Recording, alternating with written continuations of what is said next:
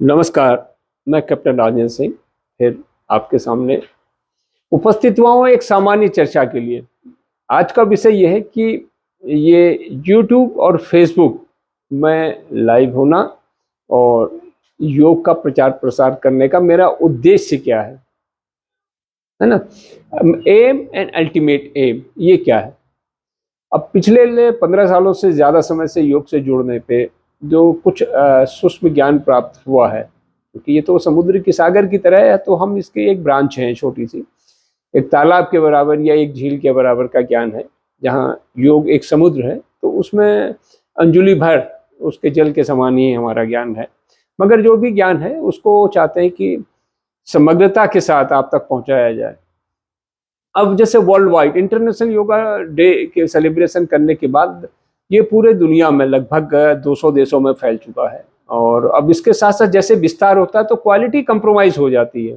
Content का लोग अपने अपने रूप में उसका उपयोग करने लगते हैं और अपने अपने तरीके से व्याख्या।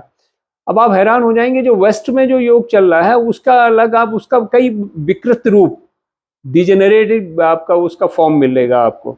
हैरान हो जाएंगे कि ये भारत का मूल योग है या कुछ और। तो उन्होंने बहुत सारी चीज़ें क्लब कर दी हैं और बहुत सारे भारत में भी योगाचार्य हैं, उन्होंने अपने अपने रूप से योग को व्याख्या करना शुरू किया है। तो जो मूल रूप से जो ग्रंथों में लिखा हुआ है, पतंजलि योग सूत्र है और घृण संहिता है और इस तरह से हठ प्रदीपिका से लेके अन्य कई महान ग्रंथ हैं, उनसे जो डिविएशन हुआ है हम चाहते हैं कि आप मूल रूप से उससे जुड़े रहें। तो उद्देश्य ये है कि आपको वास्तविक कंटेंट आपको बताया जा सके, क्योंकि अब हमारी एक अपनी सीमा है, मगर हम आपका पथ प्रदर्शन कर सकते हैं। किस तरीके से?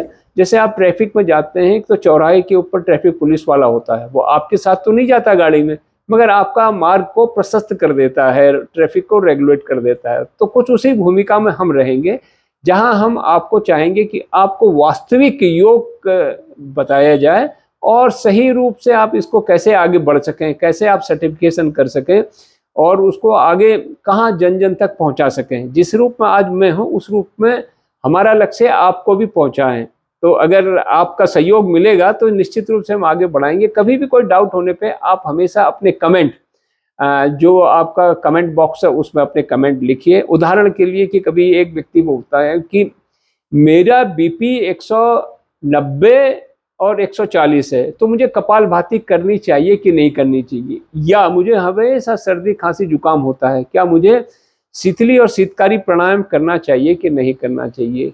एक बहन बोलती है कि मैं प्रेग्नेंट हूँ और अभी 4 महीने की प्रेगनेंसी है, तो क्या मुझको भ्रष्टिका करना चाहिए नहीं करना चाहिए। तो इस तरह से इससे जुड़े हुए सैकड़ों सवाल आपके सामने आएंगे, तो आप कमेंट बॉक्स में जरूर लिखें और हम भी बड़े उत्साहित होकर आपकी शंकाओं का समाधान करने का प्रयास करेंगे। और ये मेरा केवल एक आपको सामान्य परिचय, सामान्य एक सूचना थी, जिससे कि हम आगे को इस कार्य को आगे बढ़ा सकें।